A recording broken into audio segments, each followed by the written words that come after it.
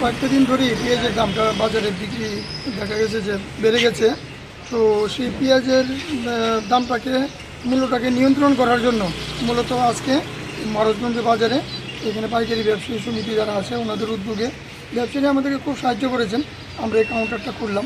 এখানে 55 টাকা 1 কিলো পেঁয়াজ পাওয়া যাবে। তাছাড়া যদি কেউ বেশি নেন 5 কেজি অথবা এর বেশি নেন তাহলে 51 টাকা করে এখানে পাওয়া যাবে। তাছাড়া আমাদের আরও 6-7টা কাউন্টার আমরা আজকে শুরু করার ব্যাপার আছে।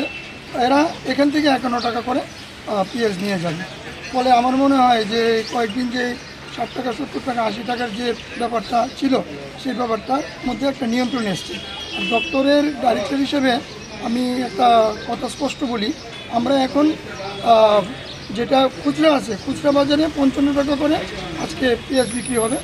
আর যারা পাইকারি মূল্যে নেবে তারা 51 টাকা করে নেবে এবং প্রত্যেকটা বাজারেই এটা চালু থাকবে। তার বাইরে কোনো ব্যবসায়ী যদি কোনো কিছু করেন সেটার দায়িত্ব ওনার এবং প্রশাসন সে তার জন্য করা পদক্ষেপ নেবে। আগামী দিনেও এই পদক্ষেপ জারি থাকবে।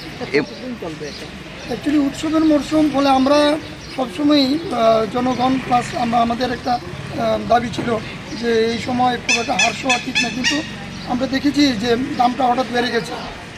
যেহেতু আমাদের নাসিক অথবা ওই জায়গায় বাইরের রেটগুলি আমরা দেখেছি সেটার দামটাও বাড়তি আছে। তো এই মিনিমাম এর থেকে কম বিক্রি করা সম্ভব না। ব্যবসায়ীদের সঙ্গে সহমত পোষণ করেছি আমরা এবং 55 টাকা করে এই পেঁয়াজ থাকবে যতদিন বাজারের মূল্যটাকে নিয়ন্ত্রণ করা প্রয়োজন। আগেও এই ধরনের স্টল খুলেছেন, কীরকম সারা পাওয়া যায়? স্টলগুলি ধীরে ধীরে বন্ধ হয়, কারণ যখন নর্মাল হয়ে যায় তখন স্টলগুলি বন্ধ হয়ে যায়।